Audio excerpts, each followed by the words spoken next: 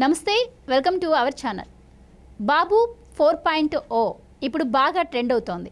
ఎందుకు అంటే చంద్రబాబు నాయుడు గారు ప్రమాణ స్వీకారం చేసి సరిగ్గా ఇవాళకి నెల రోజులైంది. మరి ఆయన ఈ నెల రోజుల పరిపాలన ఎలా ఉంది అంటే, బాబుకి పరిపాలన కొత్త కాదనుకోండి, కాకపోతే ఈసారి జరిగిన ఎలక్షన్స్ అయితే చాలా డిఫరెంట్గా ఉన్న సంగతి ప్రపంచవ్యాప్తంగా తెలిసిందే.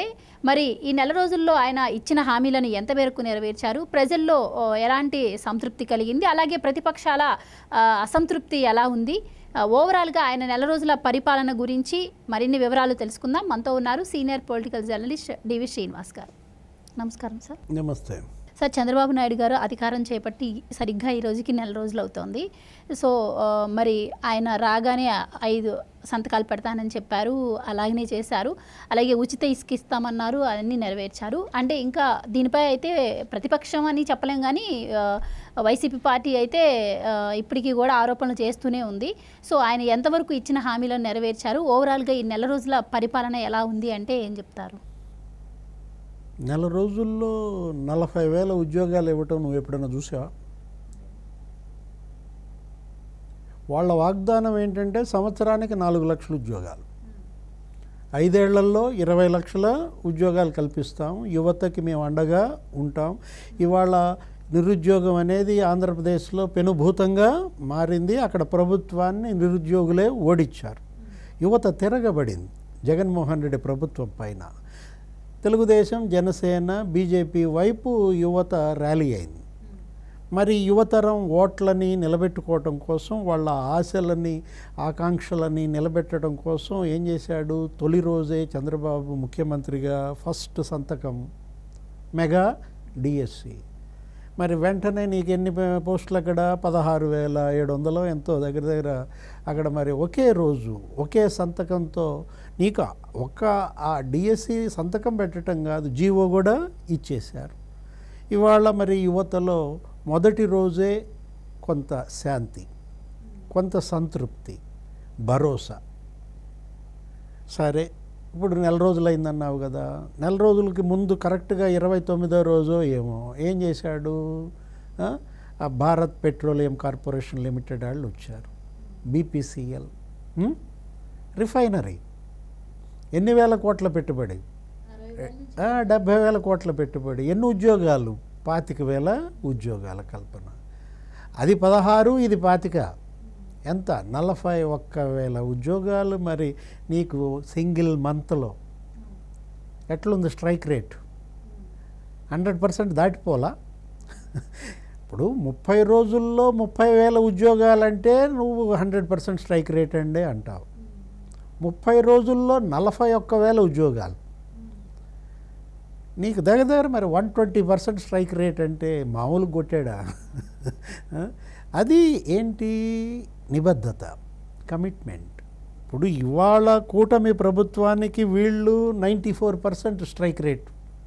ప్రజలు 94% సీట్లు ఇచ్చారు. జగన్మోహన్ రెడ్డికి 6% సీట్లే ఇచ్చారు. అంటే 175లో 164 సీట్లలో నీకు వాళ్ళని గెలిపించారు. తెలుగుదేశం, బీజేపీ, జనసేన. వీళ్ళని 175లో కంటెస్ట్ చేస్తే ఏం చేశారు? జగన్మోహన్ రెడ్డి బ్యాచ్ని 11 సీట్లు మీకు చాలమ్మా, మీరు అక్కడికే ఎక్కువ అన్నారు. ఎందుకంటే మీరు చేసిన పరిపాలన అంత అధ్వానంగా చేశారు కాబట్టి 6% సీట్లకి వీళ్ళని పరిమితం చేశారు.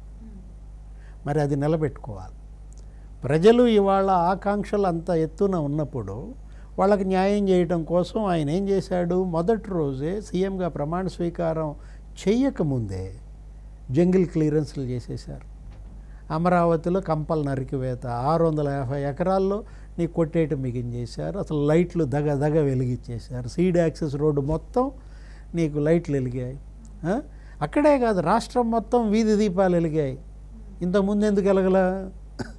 ఇంతకుముందు అసలు బల్బు మార్చిన దిక్కుందా జగన్మోహన్ రెడ్డి పరిపాలనలో? అంటే బల్బు డబ్బులు కూడా వాళ్ళ జేబుల్లోకే పోయాయి.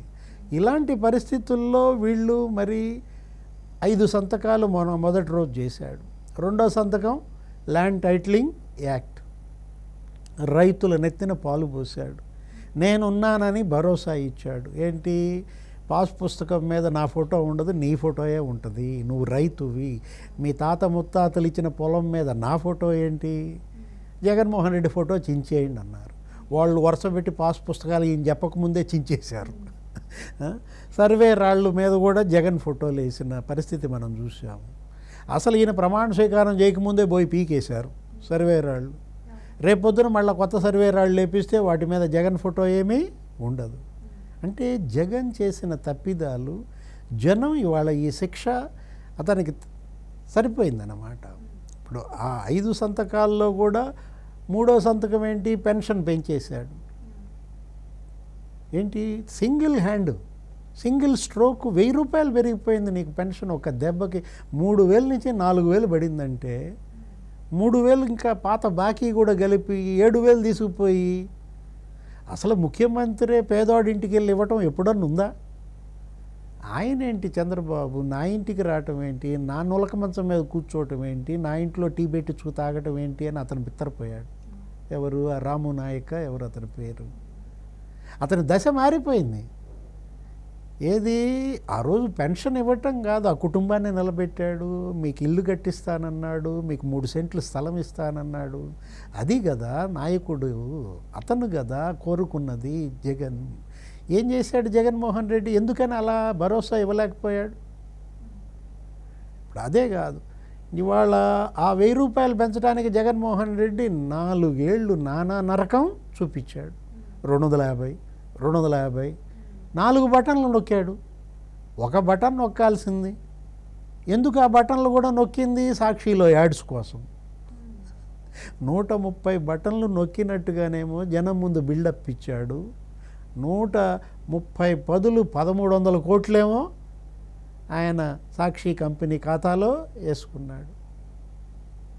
ఏం జరిగింది దాని ఫలితం? 151 సీట్ల నుంచి 11 సీట్లకు పాతేసి పెట్టారు. ఇప్పుడు ఆ 5 సంతకాల్లో నీకు నైపుణ్య గణన, స్కిల్స్ సెన్సెస్ ఏంటి, ఇవాళ గనక నీ నైపుణ్యం ఎంత నాకు తెలిస్తే నీ నైపుణ్యాన్ని అభివృద్ధి చేసే శిక్షణ ఇస్తారు. నీ నైపుణ్యాలను పెంచి నీకు ఉపాధి ఉద్యోగ అవకాశాలు కల్పిస్తారు. ఇప్పుడు అది వస్తుంది మనకి BPCL 25,000 ఉద్యోగాలు రావటం. అట్లాగే రేపొద్దున మళ్ళీ ఇంకొక ఫ్యాక్టరీలు వస్తాయి, కంపెనీలు వస్తాయి, పెట్టుబడులు వస్తాయి. ఢిల్లీ వెళ్ళాడు, అక్కడ జపాన్ రాయబారితో మీటింగ్ అయ్యాడు, బెల్జియం రాయబారితో మీటింగ్ అయ్యాడు. ఏంటి, ఎలా ఆంధ్రప్రదేశ్ని మళ్ళా పెట్టుబడుల గమ్యస్థానంగా మార్చాలా, గతంలో ఉన్న చెడ్డ పేరు ఎలా తొలగించాలా. వెళ్ళిన చోటల్లా ఆయన అడుగుతున్నారంట, ఏమని, మీ రాష్ట్రంలో మరి వాడున్నాడు కదా, మేము ఎట్లా వస్తాం, అతను వస్తే మళ్ళీ రావటం కష్టం అండి అంటే, ఆ భూతాన్ని భూస్థాపితం చేసే బాధ్యత నాది అన్నాడంట. ఆ భూతానికి భూత వైద్యులు జనమే అని చెప్పారనమాట. అంటే ఏ విధంగా జగన్మోహన్ రెడ్డి ఆంధ్రప్రదేశ్కి ఒక భూతంలా పట్టి పీడించాడు అనేది ఇవాళ మనకు కనపడుతోంది. ఇప్పుడు ఆ ఒక 5 సంతకాలే కాదు కదా, ఇవాళ వరుస పెట్టి నీకు ఫ్రీ శాండ్, ఉచిత ఇసుక, మరో కొత్త హామీ నెరవేర్చాడు.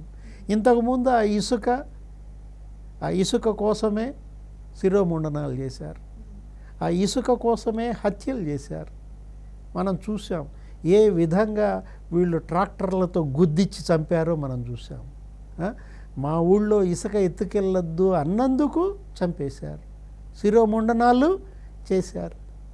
ఆ నందం సుబ్బయ్య పొద్దుటూరులో, వరప్రసాద్ గోదావరిలో, మనం ఎలా వీళ్ళ యొక్క అరాచకాలు, ఇసుక ఇక్కడ అందుబాటులో లేకుండా చేశారు, ఇక్కడ భవన నిర్మాణ కార్మికులను ఆత్మహత్యలు చేసుకునేలా చేశారు, కాంట్రాక్టర్లను ఆత్మహత్యలు చేసుకునేలా చేశారు. పెద్ద ఎత్తున 40,000 కోట్ల దోపిడీ ఇసుకలోనే చేశారని మనం విన్నాం. ఆ ఇసుక 40,000 కోట్ల దోపిడీలో కూడా నీకు 25,000 కోట్లు తాడేపల్లి ప్యాలెస్కే పోయాయి. 175 మంది వైసీపీ అభ్యర్థులు 17,500 కోట్లు లాగేశారు. అది 25, ఇది 17, ఎంత, 43,000 కోట్లు ఒక్క ఇసుకల్లో దోచారంటే, నువ్వు 43,000 కోట్లు అంటే మళ్ళీ ఏదో గుర్తొస్తుందంటావు. సిబిఐ కేసుల్లో జగన్మోహన్ రెడ్డి 43,000 కోట్ల అవినీతి అని చెప్పి హైకోర్టులో అఫిడవిట్ గుర్తొస్తుంది. అంటే జిల్లాకి రోజుకి ₹1 కోటి ఇవ్వాలంట. అప్పట్లో నిలబెట్టి వసూలు చేశారు. 13 జిల్లాలు ఉన్నప్పుడు రోజుకు 13 కోట్లు లాగేశారు. జిల్లాలు ఏం చేశాడు? 26 చేశాడు. 26 జిల్లాలు చేశాడు కాబట్టి నాకు రోజుకి 26 కోట్లు రావాలని మళ్ళా మంకుపట్టు. అసలు ఎలా పిండేశాడో మనం జగన్మోహన్ రెడ్డి 5 ఏళ్ల పరిపాలన చూసామన్నమాట. ఇసుక నుండి తైలం తీయొచ్చు అంటారు. ఇసుక నుండి తైలం కాదు, తైలం అంటే ఇదే అన్నమాట. ఎంత తైలం తీశాడు?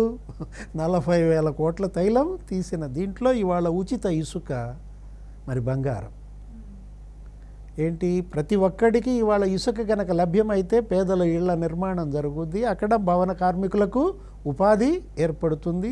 ఇక్కడ పోలవరం, ఇరిగేషన్ ప్రాజెక్టులు ఇవన్నీ కట్టుబడి సాగినట్లయితే నీకు ఇక్కడ ఉపాధి ఏర్పడుతుంది. రియల్ ఎస్టేట్ రంగం నిలబడుతుంది. భూముల విలువలు పెరుగుతాయి.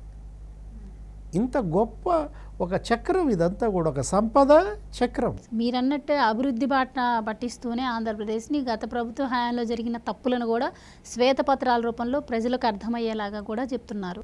3 శ్వేతపత్రాలు ఇచ్చాడు కదా. అమరావతి మీద శ్వేతపత్రం, పోలవరం మీద శ్వేతపత్రం, ఇసుక మీద శ్వేతపత్రం. అతనంత నాశనం చేశాడు.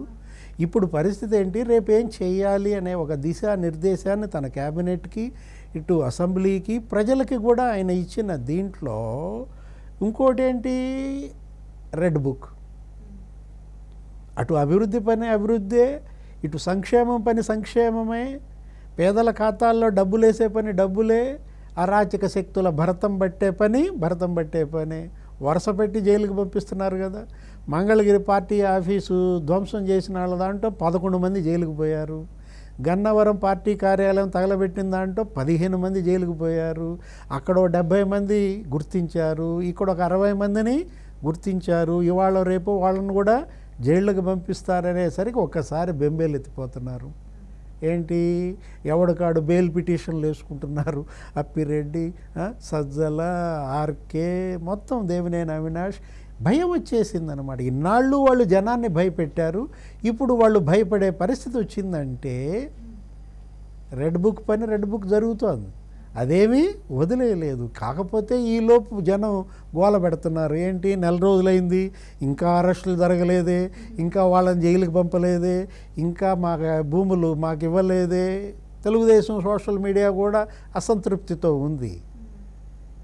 ఒక పద్ధతిగా కొట్టుకుంటూ వస్తున్నారు. అదేదో సినిమాలో భరణి డైలాగ్ ఉంటుంది, అబ్బా వీడు చూడరా ఆయన ఎంత పద్ధతిగా కొట్టాడు. అట్లా పద్ధతిగా కొట్టుకుంటా వస్తోంది చంద్రబాబు ప్రభుత్వం అన్నమాట. ఏంటి? మంచి అంటుగట్టినట్టుగా, మంచి దడిగట్టినట్టుగా కొట్టుకుంటూ వస్తున్నాడా? పద్ధతిగా కొట్టుకుంటూ వస్తున్నాడు కదా. 4 రోజుల్లోనే ఇంత పద్ధతిగా కొట్టాడంటే మరి ఇంకా రాబోయే 4 ఏళ్ల 11 నెలల్లో ఇంకెంత పద్ధతిగా కొడతాడో చూద్దాం. Right sir, thank you so much.